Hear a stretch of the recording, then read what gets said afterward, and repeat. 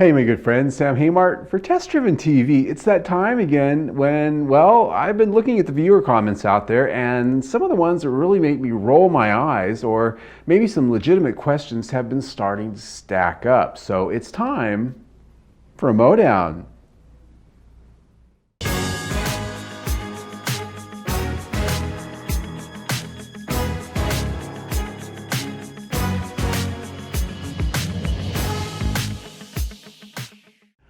All right, my friends, I gotta tell you something. We are coming to you from a brand new studio, which means it's either gonna be really good or it's not. This is the first time we've used our lighting setup in here, and it's the first time we've tested out our new acoustics. So this is either gonna be very good or it's gonna be really crappy. We're gonna find out together. How's that? So as always, when we do our Mow Down, it's an unrehearsed, very little editing kind of video, and so I've got my cue cards right here that sort of tell me what the questions are that I've picked, your comments, and so this is where I answer the questions that you have, or if you're nuts and you need to be called out on it, I do so. So let's start right away with our recent review on the 2019 Toyota Tundra TRD Sport, and so the car crazy guy says a dinosaur truck review. I'm not sure if he meant the truck review is a dinosaur or whether the truck was a dinosaur. I'm going to side with the truck was a dinosaur. And there were actually quite a few comments like this talking specifically about the fact that, well, other than the sport package, this truck really hasn't been updated in a while. The Toyota Tundra is really one of the oldest trucks in the full-size market right now. Okay, so it's a dinosaur, duh, but here's the thing, they sell every single one of those trucks that Toyota can build. Now granted, they're not the top seller in the market, but you know something? Toyota doesn't care. They have their plant at capacity, and last time I toured that plant, which wasn't long ago, I asked them, you know, are you trying to add capacity? And they're just like, nah, you know, we're selling, we got like multiple shifts going on, we can't build enough trucks, we're good. So this is just Toyota's strategy right now. They're happy enough with the trucks. No, they haven't updated it very much. No new engines, no new transmissions, nothing really other than styling. They did a refresh a few years back on the Tundra. You know, don't fix it if it ain't broke is kind of their attitude. They're gonna let Ford and Chevy reinvent the wheel every couple of years. So that was just kind of a mild softball question to get us started here, because it's gonna heat up here pretty quick. Now, on our video that we did on how to turn off the Chevy Cruise auto start-stop system. Now, this was sort of an adjunct to a test drive I did because General Motors, up until the 2019 model year, on almost all of their cars, they have the auto start-stop system. They didn't give the customer a freaking off switch. What kind of stupid ass crap is that? So I figured out a sort of a workaround to turn this stupid crap off. And so it allows you to, you know, put the shift lever down and low, press a couple of buttons, and the next thing you know, you're driving around without auto start stop. And so I did a video on it. It's been doing very well. But Greg Adams, one of the many comments on it, said, it doesn't have an off switch because Chevy is run by progressives and they don't think regular people can be trusted to do the right thing. You will save the earth by allowing your car to turn off when you stop.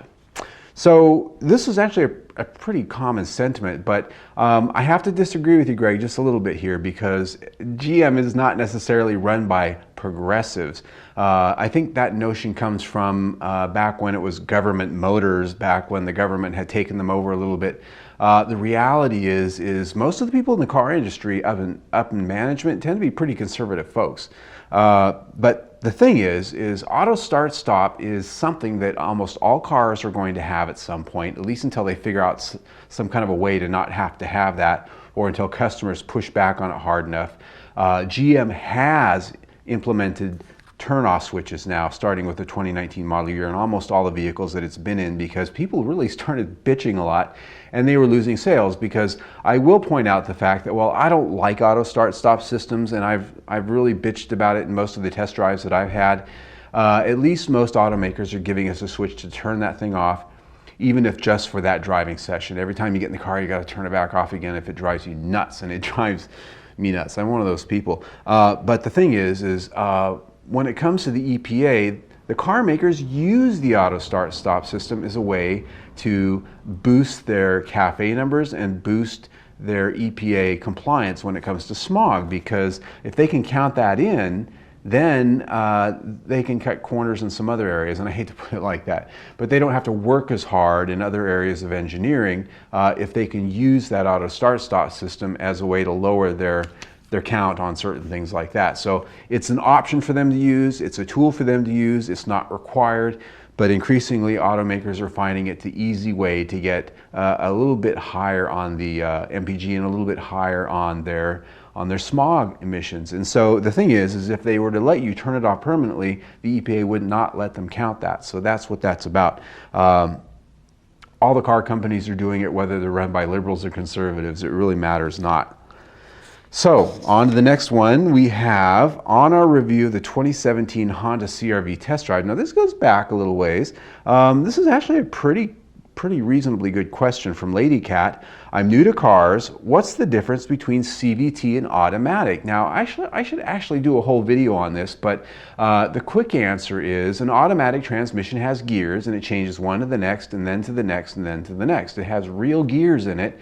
So when you're driving, you feel that shifting sensation. A CVT is two pulleys that can change their size, and there is a metal belt in between them. And so it's a continuously variable transmission. That's what CVT means. And so it still operates much in the same way. You put it in drive, you go. You don't have to shift gears. There's no clutch, just like an automatic transmission. But in its purest form, a CVT does not have any kind of a feeling of a shift going on. Those pulleys are continuously varying. And so that gives you kind of this rubber band effect. And so that's one of the big complaints about it. Well, automakers got smart. They know people don't like them very much, at least the earlier ones. So they started programming simulated shift points in there where those pulleys would move in sudden motions so that you had the sensation that you were getting a shift. It still doesn't feel like a normal transmission. And so when I bitch about these things in a test drive, it's because it still feels like a rubber band. No matter how good they've gotten, they're just not as good if you like the driving feel of a traditional transmission. Simple as that. Although I would like to do a video on this, a nice technical video to really sort of explain this, because it's a very good question. All right, this is good. Our car vending machine, I bought a car in Carvana, a used car for my company, and we did a video on the car buying process to really sort of explain and show in real time sort of what that buying experience was like, from the time I was shopping in my office on the computer to the day I picked it up at the vending machine.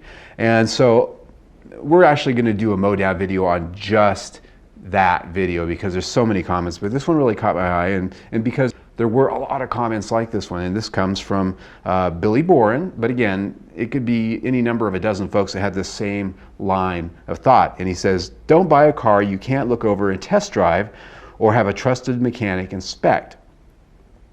That's just stupid. That's just stupid. I can hear his accent, whether he has one or not. Carvana won't let anyone inspect their cars before they buy. That's bad business. Look, no, okay? This is the modern era, all right? 99.9% of the people out there who go to a dealership and buy a used car don't haul along their mechanic with them so they can get under the car and check it out. I mean, come on, where'd you grow up? Out on the farm someplace? Not that that's a bad thing. We're farm friendly here, but the bottom line is most people that go to a used car dealership and buy a car that's got Carfax, that's under warranty, that they're gonna finance, they don't even look under the hood 99.9% of them. Carvana is a car dealership for those people. Now, if you want to have your mechanic, if you've got one, right? It's like, oh, I'm gonna have my lawyer sue you. Well, I have a mechanic, I'm gonna have it go drive around with me and do stuff. Well, not everyone's got a mechanic on hire and they just haul along with him to the dealer. It's just silly, okay? If you don't like this, don't buy a car from them. It's that simple. Here's the deal. We're going to do another video here pretty soon on the follow-up to that experience, because mine's been great, all right? About the car, sight unseen. It showed up. It was fine. Haven't had any problems with it. It's been great. I put a lot of miles on it. I'm a happy camper because I bought a car that I knew a little bit about, and just not a big deal, really. So I don't feel like I got screwed because I couldn't let my mechanic look at it. Well, I don't even know what to say there. All right, so, yeah, let's see. Maybe I should do, let's do one more on the car vending experience before I go to that last one, because that last one, wow. All right, so another comment on the car vending machine experience, and this one's from Westmont87. He says, getting the extended warranty, which I did, is always a bad idea. You're betting that the car will break down before X years passes. But the manufacturer knows that's statistically unlikely, else why wouldn't they offer the warranty at all? Well, you know what? I kind of agree with you in some ways. I have never been an extended warranty person. When I go to Best Buy or the big box stores and buy electronics and they're always trying to shove the service contract down your throat, no, absolutely not. But when it comes to cars, when I bought used cars, there are times when I have opted for the service contract, and there are some pretty good reasons for that. It's when I bought a used BMW or two. Those are vehicles I always recommend. If it's out of warranty or if it's going to be out of warranty soon, get a warranty, because it's going to break, A. B, when it breaks, it's going to cost you a shitload of money. And C, you want the warranty. It's just the bottom line. It doesn't matter what it costs. You're going to get your money back, because that's noise. That is ambient noise in our new studio, because we have an alley right outside. Yay, new studio. So, but seriously, on this particular car, I bought the extended warranty because I've never owned a smart car before. It's a cheap Mercedes-Benz, okay? There's the old saying, nothing more expensive than a cheap Mercedes-Benz. I'm looking at it right there because the studio's got a parking space inside, which we'll talk about another day. We can do garage stuff. But yeah, it's a cheap Mercedes-Benz. I bought the extended warranty because you just never freaking know what's going to go wrong with this car. And I plan to keep it for a while, and I'm using the living piss out of it for my business. So, you know, sometimes you do what you have to do.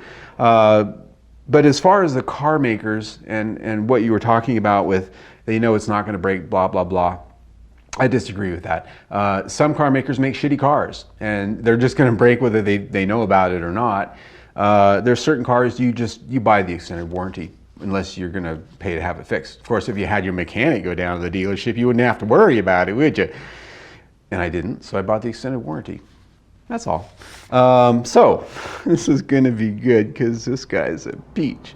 2017 Lincoln MKZ all-wheel drive. This was a couple years ago I did this review, and this car was a major giant POS. Oh my God, was it a POS? Anyway, that aside.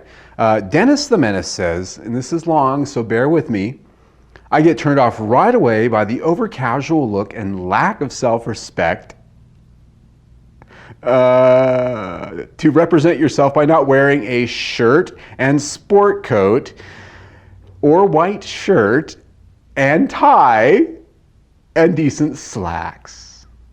He's complaining about my wardrobe. You know how I feel about that. So he goes on to say, you're not a pro in my opinion. And most of what you say has been shut out by my feeble brain as a result. Okay, so he's looking at me, he's not seeing me in a suit, so most of what I'm saying is being shut out. When I am going to spend more than you make in a year, yes, I'm implying a little bit of intonation there. This is important, seeing as most who buy these luxury vehicles are business people who wear $500 to $1,000 suits. We're talking about a Lincoln, mind you, etc. Daily like to deal with like-kind types. So they like to deal with people that look like them. Where do I go with that? I'm going to go on still because this is great. He's going to disclose, he's going to educate me here. He's disclosing that we own a 2017 MKZ, so he owns one of these pieces of shit, okay? And he's lecturing me on not dressing in the $1,000 suit. Yeah, an MKZ, a Caddy ATS, yeah, it's a little better. An 18 Lexus, little better. And all these cars from our company, testing out how their maintenance cost goes down, blah, blah, blah. He talks about his cars because he wants to qualify himself as an expert because, anyway, if they would like to have their personal blah, blah. So this is a common buyer for these vehicles. It has been for decades. Look, I don't know where to start. So you're telling me that you, Mr. Lincoln owner, which Lincoln, let's see, that is the automotive equivalent to the best watch that Walmart sells. And you're lecturing me on, oh, $1,000 suits, and we only buy the best of the best, like their Cadillac and our Lincoln. Okay, so you are not only a bitch, okay, because you're being a bitch here. You're a stupid bitch, really? I mean, I would understand it if maybe you were watching our recent video on the Mercedes-Benz S63, no, what was it? Yeah, was it actually S55? Whatever. It was a big, expensive convertible, $163,000 for this convertible. And I was wearing, I don't know, $40 pair of slacks and a shirt from a thrift store. Oh my God, you would have just wet yourself. Really? A Lincoln and you're this nose in the air? I would get it if you were a BMW or if you were a Mercedes customer. I mean, because you might have somewhere to go there, but anyway, if you like the video you just saw, I highly recommend you subscribe to our YouTube channel because we do this every once in a while. I gotta let somebody know they're a bitch, and especially if they're a stupid bitch. And if you're still kind of on the fence, click right there to see our latest video and give us another round. And I probably won't be wearing a suit though.